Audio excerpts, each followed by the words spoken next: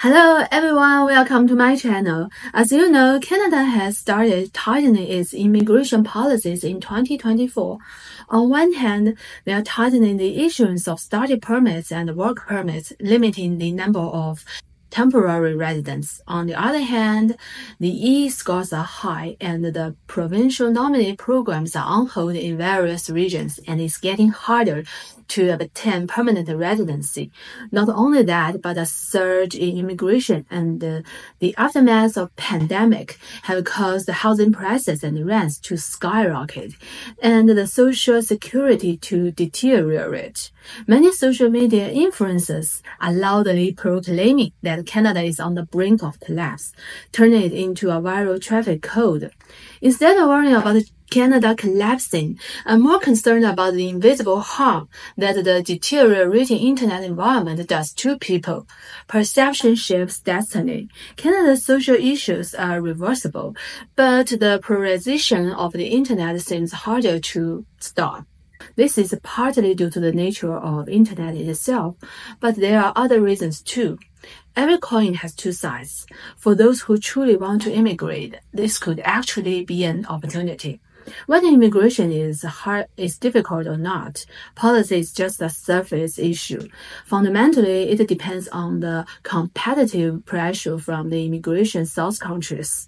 If you can't break out of your own information bubble, then maybe you are not suited for immigration in the first place.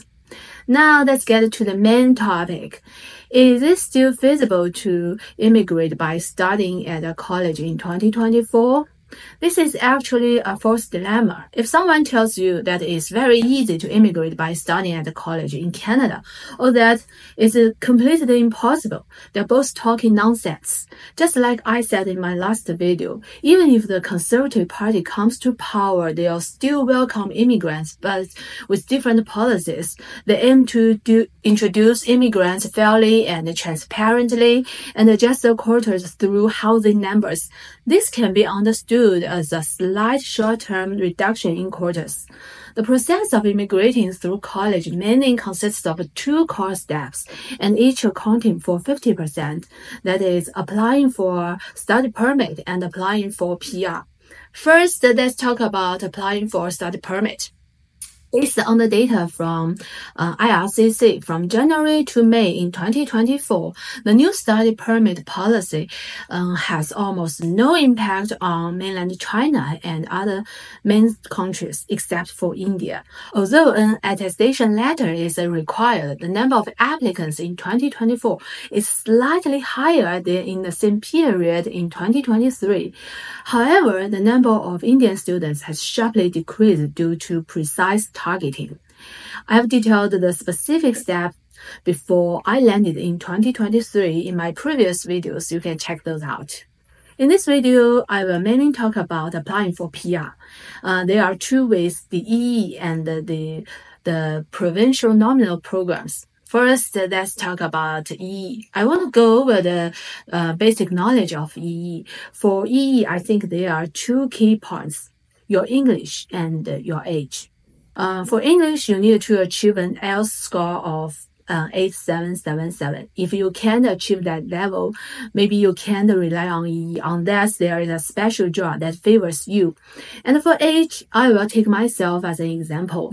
I expect to apply for EE at my age of 38 or 39, and my individual score would be 61 or 55. Without considering spouse factor, this is actually 49 to 55 points less than applicants aged 29 or younger. But if I learn French and achieve scores equivalent to IELTS 6666, I can add another 62 points, which is almost the same as those under 29 without French. It is also worth noting that international students can go through CEC pathway. In 2021, the CEC JOR score was only 75. But generally speaking, the CEC score is similar or slightly lower than the general JOR score. As for work experience, you can gain the required 1 year work experience through part-time jobs in related fields. This means you don't need to find a full-time job to immigrate through EE. You can use online calculator to estimate your score. In the future, I think scores above 450 might have a chance. And if your score above 500 is more secure. But if your score is under 450, maybe you will need to learn French. There are two possible scenarios for EE in the future. First, if the Conservative Party comes to power, they might restore it how it worked before 2022 with no special jobs. In this case, if you can hold down scores above 450 might have a chance. And second, if the current trend continues with various occupation-specific jobs, then if you are in a high-demand occupation, your chances increase. Okay, now let's look at the PMPs. PMPs require employer sponsorship.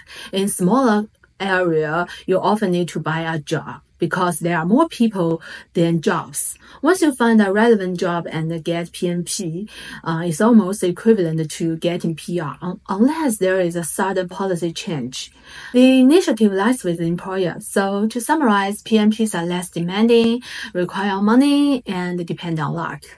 Okay, let's also look at Ontario's PMP. The current programs that don't need employer sponsorship are the French-speaking and skilled trade streams. For those that do require employer sponsorship, whether you need to buy a job or let's say how easy it is to find a job depends on two things.